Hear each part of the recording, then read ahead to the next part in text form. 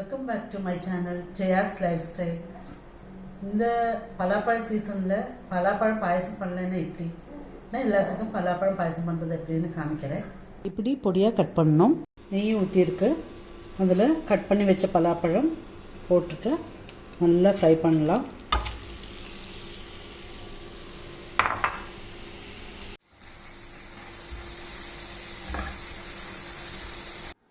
இந்த மாதிரி ப்ரௌனிஷ் ஆகிற வரைக்கும் நல்லா மிக்ஸ் பண்ணணும்.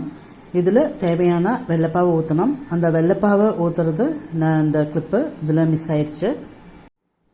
ஓரளவுக்கு நல்லா சுண்டினதுக்கப்புறம் பால் கொஞ்சம் கொஞ்சமாக பால் ஊற்றி நல்லா கிளறணும்.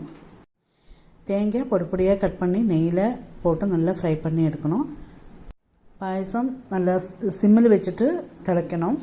நல்லா சுண்டினதுமே ஃப்ரை பண்ணி வச்ச தேங்காயில் போட்டு தேவையான ஏலக்காயும் போட்டு மூடி வைக்கணும். இப்போ பாயசம் ரெடி. சூடாக சாப்பிட்டு பாருங்கள் எல்லாரும். பலாப்பழ பாயசம் வச்சுருக்கு, டேஸ்ட்டு பாருங்கள். சரியா, எப்படி இருக்குன்னு சொல்லுங்கள். நல்லா இருக்கா சொல்லுங்கள். தேங்காய் கட் பண்ணி போட்டிருக்கு, நெய்யில் வணக்கி. சூப்பராக இருக்குது. பலாப்பழ பாயசம் சாப்பிட்றது நல்லா இருக்கா? தேங்காய் நல்லா இருக்கிறதுனால ரொம்ப நல்லா இருக்கு. கடிச்சு கடிச்சு சாப்பிட்றோம். கடிச்சு கடிச்சு சாப்பிட்றதுக்கும் ஒரு என்ன அது அண்டி பெரும் முந்திரி இருக்கிறத விட தேங்காய் போடுறது ஒரு டிஃப்ரெண்ட் டேஸ்ட்டாக இருக்குது. ரொம்ப நல்லா இருக்கு. சீசன் முடியறதுக்குள்ளார எல்லாரும் ட்ரை பண்ணி பாருங்க. இல்லாட்டி பலாப்பழம் கிடைக்கிறது ரொம்ப கஷ்டமாக இருக்கும்ல. சூப்பராக இருக்கு, டேஸ்ட்டாக இருக்கு. ட்ரை பண்ணி பாருங்க.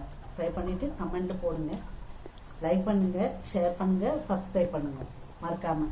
பாய்.